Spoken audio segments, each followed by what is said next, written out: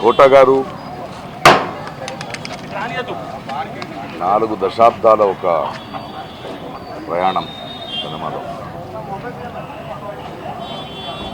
నేను తెలుగు ఇండస్ట్రీకి వచ్చే ముందు బెంగళూరు నుంచి ఆయన సినిమాలు చూసేవాడిని. ఆయన తీక్ష్ణత, ఆయన ఇంటెన్సిటీ చాలా ఇన్ఫ్లుయెన్స్ చేస్తున్నారు. ఆ తర్వాత వచ్చి 2-3 దశాబ్దాలుగా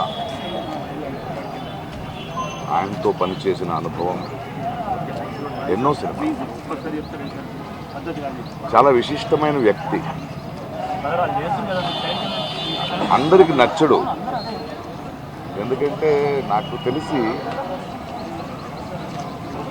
ఎవరిని మెప్పించే ప్రయత్నం చేయలేదు ఆయన. ఒక అద్భుతమైన నటుడు. ఎందుకంటే ఆయనకంటూ ఒక అవగాహన ఉండేది, ఆయనకంటూ ఒక సటైర్ ఉండేది. పరిశ్రమలో మనం చాలామంది నటుల్ని చూస్తాం, కానీ ఏదో ఒక డైలాగ్ రాసిస్తే దాన్ని అలాగే చెప్పడం కాదు. దాని వెనక ఆయనకున్న ఒక సటైర్ ఉండేది, ఒక అవగాహన ఉండేది. ఆయనది ఒక ప్రెజెన్స్ నాకు చాలా నచ్చేది. ఆయన ఎవరిని వదిలిపెట్టడు. ఎలాంటి మనిషి అంటే, అనయ్య అంబేద్కర్ అనే సినిమా రిలీజ్ అయ్యింది, ఎందుకో జనాలు చూడట్లేదు అంటే, ఏం లేదు ప్రకాష్, అది ముందు అంబేద్కర్ ఒక కట్అవుట్ పెట్టారు, ఆయన అక్కడెక్కడో చేయి చూపిస్తుంటే అక్కడ వెళ్ళిపోయారు అంటే ఎటకారం కాదు అది. అలాంటి మంచి సినిమా చూడరు వీళ్ళు అనే ఒక ఆవేదన ఆయనలో ఉండేది. ఆయన నిరంతరంగా ఆయనలో చూసింది నేను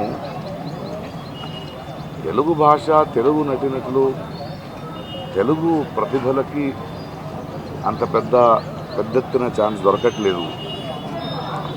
కొందరికి అది కుళ్ళు అనిపించేది, బట్ ఆయన ఆవేదన చాలా నిజమైందని నాకు అనిపించేది.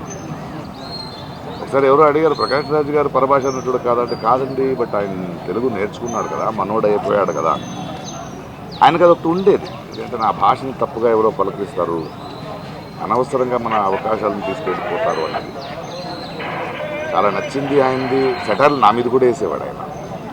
నేను చాలా హ్యాపీగా దాన్ని తీసుకునేవాడిని. ఎందుకంటే ఆ పెద్దరికం, ఎవరి గురించి అయినా ముక్కుసూటిగా కమెంట్ చేసే చనువు ఆయనకి సంపాదించుకున్న వ్యక్తి.